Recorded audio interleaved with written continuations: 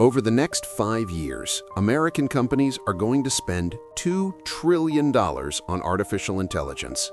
$2 trillion. To put that number in perspective, that is more than the entire economy of Canada. It is enough money to buy every single home in the state of Florida. And they are betting it all on one thing, that AI is the future. But here is the question nobody on Wall Street wants you to ask. What happens to the people who get left behind? Because while the CEOs are celebrating, a very different story is unfolding in living rooms just like yours. And if you don't understand what is happening right now, you might wake up in 5 years wondering where your opportunity went. Today, we are looking at the two-speed economy and why this massive gamble might be the best thing that ever happened to you, or the worst. Let's rewind for a second. For the last 50 years, the American economy has worked like an escalator. You get on at the bottom, you get a job, you work hard, you slowly move up. Sure, some people moved faster than others, but generally the whole escalator moved in the same direction. If you stayed on it, your life usually got a little better every year. But in 2026, that escalator is breaking. It is being replaced by two separate machines. One is a high-speed elevator. It is reserved for a small group of people working in tech, finance, and AI development. They're shooting straight to the top floor. They're making money faster than ever before. And then there's everyone else, stuck on a broken-down escalator, watching the gap between them and that elevator get wider and wider. This is what economists are calling the two-speed economy, and it is being powered by that $2 trillion we talked about. Think about this. When a company decides to spend $1 billion on AI, where does that money actually go? It doesn't go to the local grocery store. It doesn't go to the factory worker. It goes to Silicon Valley. It goes to data centers in Virginia. It goes to chip manufacturers in Taiwan. It goes to a very specific, very wealthy corner of the world. Here's the thing. For the people inside that bubble, life is incredible. Stocks are booming, salaries for AI engineers are hitting $500,000, new restaurants are opening, property values are skyrocketing.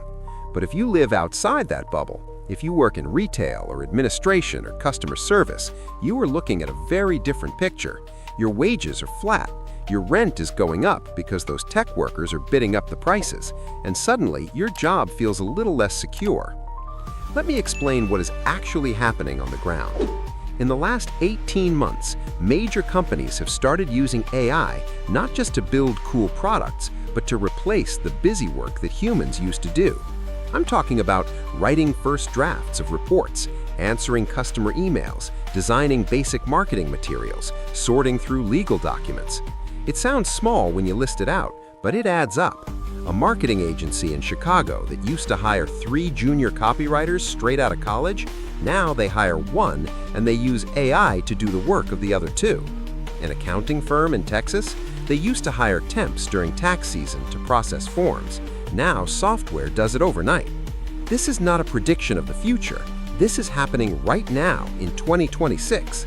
And here's the cruel irony. The companies making these cuts are the same companies investing billions into AI. They're using the profits from the elevator to cut the rope on the escalator. So where does that leave you? Well, it depends on which machine you're standing on. And the scary part is, most people don't even realize they have a choice.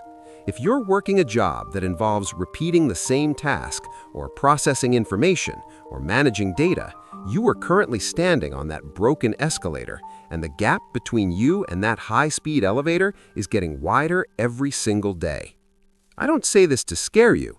I say this because this is the moment where you decide which ride you are going to take for the next 10 years. Because here's the truth that the news won't tell you.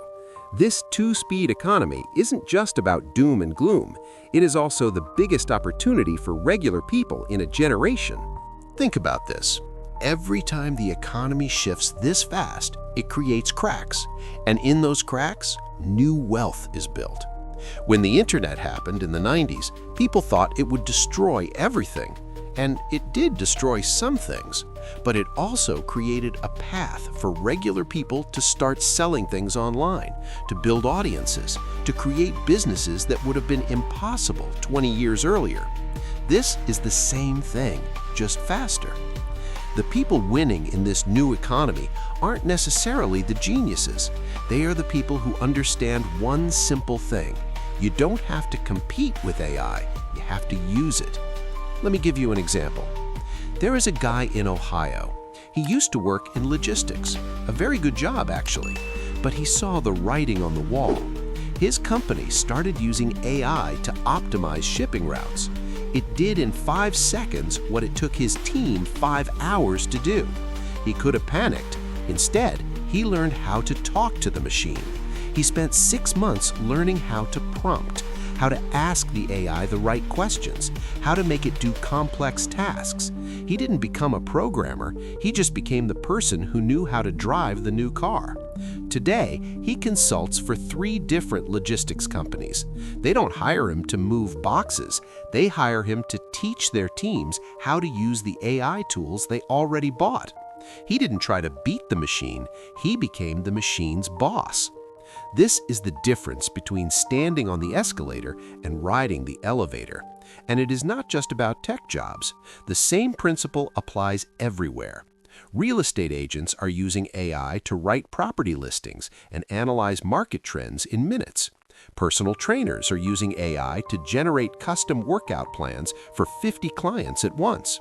Small business owners are using it to handle their accounting and customer service so they can actually leave the office at 5 p.m. Here's the thing. The $2 trillion being spent, a lot of it is wasted. Companies are buying AI tools that their own employees don't know how to use. That gap between the tool existing and the average person using it effectively, that gap is where the money is. So let's bring this back to you, because I know this can feel overwhelming. You are sitting there, probably working hard, trying to keep up with your bills, and you hear that the economy is splitting in 2. You hear that robots are taking jobs. You hear that $2 trillion is changing hands without you. It's easy to feel like you are watching a train you missed, but here's the reality check. The train hasn't left, it's just boarding. The people who will be rich in 2030 are not the ones who are smartest today. They are the ones who, in 2026, decided to stop watching from the platform and actually get on board. America is gambling $2 trillion on AI. It is a bet that will reshape our entire economy. For some, it will mean a faster elevator to the top. For others, it will mean watching their old jobs disappear. But for you, it is a choice. You can stay on the broken escalator, hoping it starts moving again, or you can find your way into that elevator. It doesn't require a computer science degree. It requires curiosity. It requires you to spend 30 minutes today opening one of these free tools and just playing with it, seeing what it can do, figuring out how it applies to your life. Because the 2-speed economy is real. And the only question is, which speed are you going to choose? I'd love to know, have you started using AI in your daily work yet? Or are you waiting to see what happens? Let me know in the comments below.